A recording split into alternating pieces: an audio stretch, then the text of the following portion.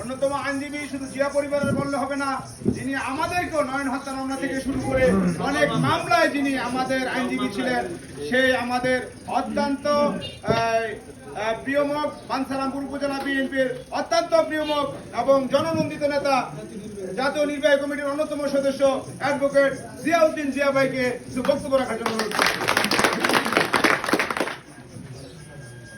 বিসমিল্লাহির রহমানির রহিম। আজকে আমরা এই পথসভায় উপস্থিত আছেন আমাদেরই প্রিয় ব্যক্তিত্ব জনাব ইঞ্জিনিয়ার জবির ভাই, বাঞ্ছারামপুর উপজেলা বিএনপির সাবেক সহসভাপতি, এবং উপস্থিত আছেন ইঞ্জিনিয়ার হান্নান ভাই। আমাদের মাঝে উপস্থিত আছেন মিহির ভাই, তিনি বিএনপির সেই সূচনালগ্ন থেকে আছেন এবং বিভিন্ন ধরনের সাহায্য সহযোগিতা উনি করে থাকেন। আমাদের মাঝে উপস্থিত আছেন অত্র সলিমাবাদ ইউনিয়নের সাবেক চেয়ারম্যান এবং বাঞ্ছারামপুর উপজেলা বিএনপির সাবেক সদস্য জনাব আজিজ ভাই। আরও উপস্থিত আছেন আমাদের এখানে এই ইউনিয়নের সভাপতি জনাব সামাদ মেম্বার, অন্যান্য নেতৃবৃন্দ এবং সামনে উপস্থিত আমার ভাইয়েরা, আসসালামু আলাইকুম। আজকে আমরা এরকম বাজারে উন্মুক্তভাবে কথা বলতে পারতেছি, আমাদের মাথায় কোনো টেনশন নেই, আমাদের কোনো চিন্তা নাই, আমরা মুক্ত। এই মুক্ত অবস্থায় আমাদের আনন্দ বেশি। আলাদা একটা বিশেষ আমি তাদেরকে দেখবো বা দেখি এরকম সবাই মামলা দিয়ে শেষ করেছে।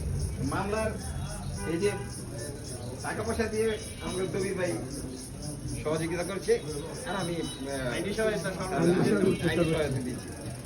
এখন আমরা এত কিছুর মধ্যে দিয়া আমরা আল্লাহর রহমত, আমরা একটা বিজয়ের মধ্যে দিয়ে চলছি।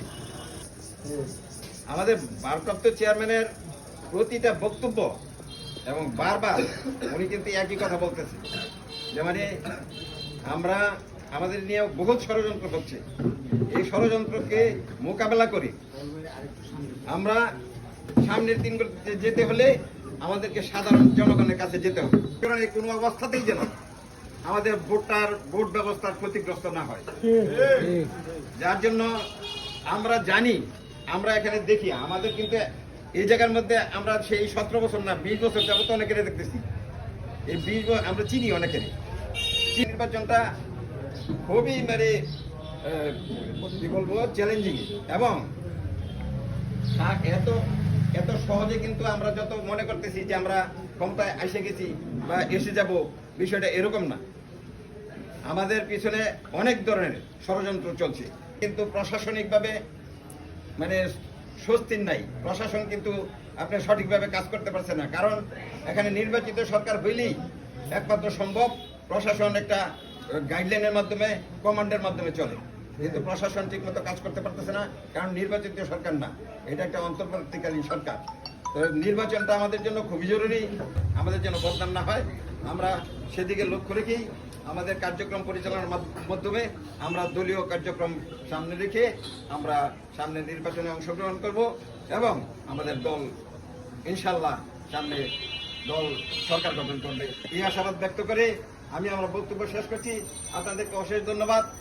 বাংলাদেশ জিন্দাবাদ, বাংলাদেশ জাতীয়তাবাদী দল জিন্দাবাদ, বেগম খালেদা জিয়া জিন্দাবাদ, তারুণ্যের অহংকার তারেক রহমান জিন্দাবাদ, শহীদ জিয়াউর রহমান অমর হোক। আসসালামু আলাইকুম।